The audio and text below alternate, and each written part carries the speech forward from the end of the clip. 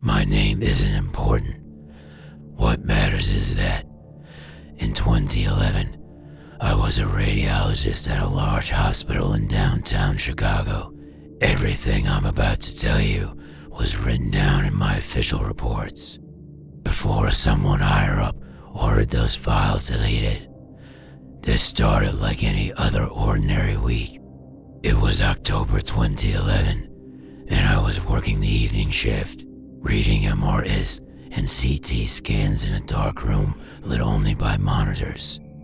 If you've never been inside a radiology reading room, it feels almost like a control center.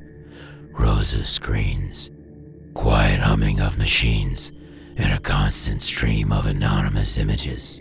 Bones, lungs, brains, organs.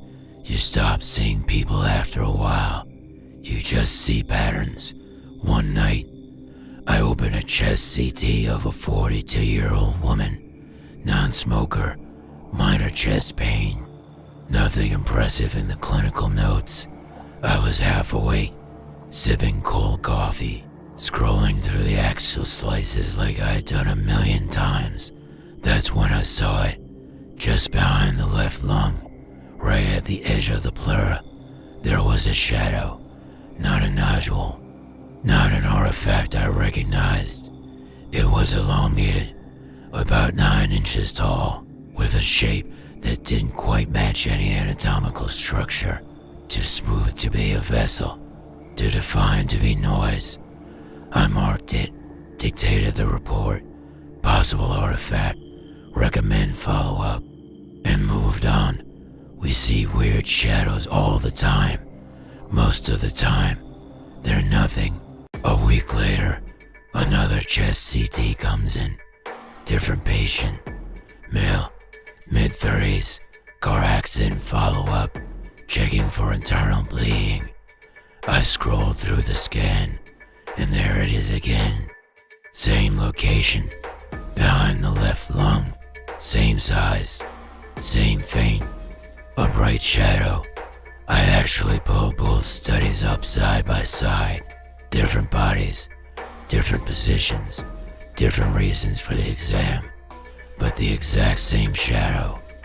I told myself it had to be a calibration issue, maybe a problem with the machine. So I checked the scanner IDs. The first exam was from scanner 2. The second was from scanner 4. Different machines, different floors, different days. That was the first time I felt something like a cold drop go down my spine. I brought it up casually to one of the techs. I asked, "Have you noticed anything weird in the images lately? Any recurring artifact?" He shrugged and said no. Then he joked, "What, like a ghost?" I forced a laugh, but I didn't think it was funny. By December, I started to notice a pattern. The shadow kept appearing, not in every scan, but often enough that I began quietly keeping track.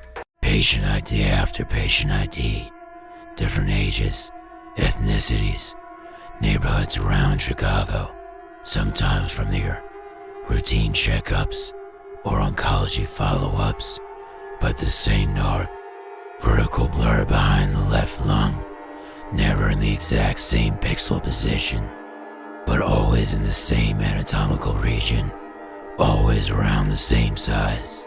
I measured it multiple times. It averaged about 23 to 24 centimeters tall, too consistent to be random. One day, an 8-year-old boy came in for a head MRI. He wasn't supposed to see anything. Kids are usually sedated or distracted, but apparently he stayed more awake than expected. I didn't know this until after. What I knew was what the tech told me later. During the scan, while inside the MRI tube, the boy started crying and yelling, "Tell him to stop breathing on my neck." The tech hit the panic button, pulled him out, and tried to calm him down. The boy kept repeating, "The tall man behind me." Now here's the problem. just the tech outside the window, watching from the control room. I read his skin later that night. It was supposed to be just a brain MRI, but as I was scrolling through the images, something caught my eye along the upper spine. At the bottom of the field, near the thoracic inlet, a familiar vertical smudge. Barely there, like something standing. By January 2012, I had secretly collected 17 different cases where that shadow appeared. 17 patients, some with cancer, some completely healthy, some just passing through the earth. I tried to find any connection between them. Age, neighborhood, referring doctor, type of machine, schedule. Nothing lined up. There was no reasonable pattern. I went to my supervisor with a folder of anonymized screenshots. I laid them out on his desk. Different bodies, same shadow. I told him, as calmly as I could, "Look, something is wrong with our imaging. If this is a machine issue, it's affecting at least 3 scanners."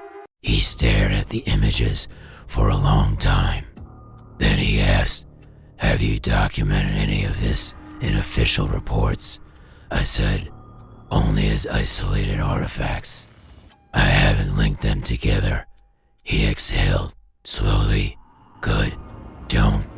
You know how this will look if someone outside sees it. Lawsuit, stop panic. We'll get a full audit. We don't need that." I asked him, "So what do you want me to do?" He said, "Delete your personal folder. Stop looking for this thing.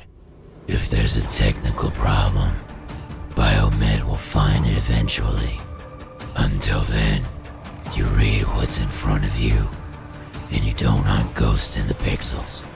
That night, I went back to my reading room and didn't delete anything. Instead, I pulled up an old exam of my own. Every year, as staff, we got a free checkup, including basic imaging. I had done a chest CT about 6 months earlier, just routine. I opened it, not expecting anything, just to prove to myself I was being paranoid. I scrolled through my own chest, slice by slice. Heart, lungs, ribs, spine, everything normal. I almost laughed at myself, and then I saw it just behind my left lung. Same region, same faint, a bright blur. For a moment, I thought my heart had stopped. I grabbed the mouse, zoomed in, adjusted the contrast. The more I sharpened the image, the worse it got. It didn't resolve into anything anatomical. It stayed a shape dot, tall dot, vertical dot wrong. I checked the metadata. Scanner 3. Completely different machine from the other patients I had tracked. I sat alone in that dark room for a long time, with my own scan on the screen, staring at that shadow just behind my organs, behind my bones, behind everything I knew how to name. I knew what an artifact looked like. I knew what a glitch looked like. This was neither. Over the next few months, I kept working. I stopped mentioning it to anyone. I wrote normal reports. I followed protocol. But every time I opened a chest scan, my eyes went straight to that region, hunting for that vertical blur, that impossible presence behind the lung. Sometimes it wasn't there. Sometimes it was. Sometimes it was bigger. Once, on a young woman with anxiety, it was so prominent that the contrast made it look almost like a figure, like someone standing too close behind her, pressed against her back. In 2013, the hospital migrated to a new PACS system. IT purged a lot of older imaging to save storage. When I went to pull some of those older cases. They were gone. The pediatric brain MRI, the 17 chest CTs, my own scan, legacy data not available, was all the system said. I asked IT if there had been any selective deletion. They said no. They said it was just automatic cleanup. But when I searched for other, unrelated cases from the same period, most of them were still there. Only a handful of exams were missing, mostly from my list. I left that hospital a couple of years later. I still work in radiology, but in a different city now. Different machines, different patients. I tell myself technology has improved. I tell myself whatever was happening back then was just a glitch, or my brain connecting dots that didn't belong together. I try not to think about the boy who screamed about the tall man breathing on his neck. I try not to think about that moment in the dark when I saw the same thing in my own chest. But last month, I saw something I can't ignore. A colleague from Chicago, someone I'm still in touch with, sent me a message late at night. No text, just an image attachment and 3 words. Tell me I'm crazy. I opened the image. It was a screenshot of a chest CT from 2023. Different generation of scanner, different hospital, software, different decade, but behind the left lung, in the same anatomical region I know by heart, was the shadow. Same length, same blurred, a bright presence, and for the first time, in the grain of the pixels, it almost looked like it was turning toward the viewer. I wish I could tell you this is a story with a clear explanation, some obscure artifact, a calibration bug, a virus in the imaging software. But after almost 2 decades reading scans, this is the only recurring artifact that never got a technical memo, never got an official name, never got blamed on hardware. It just appears, quietly, behind people's lungs, behind their backs, behind my back. And if you've had a chest CT or MRI in the last 15 years, you might want to ask your radiologist if they ever saw anything extra standing just behind you. Every testimony hides a nightmare.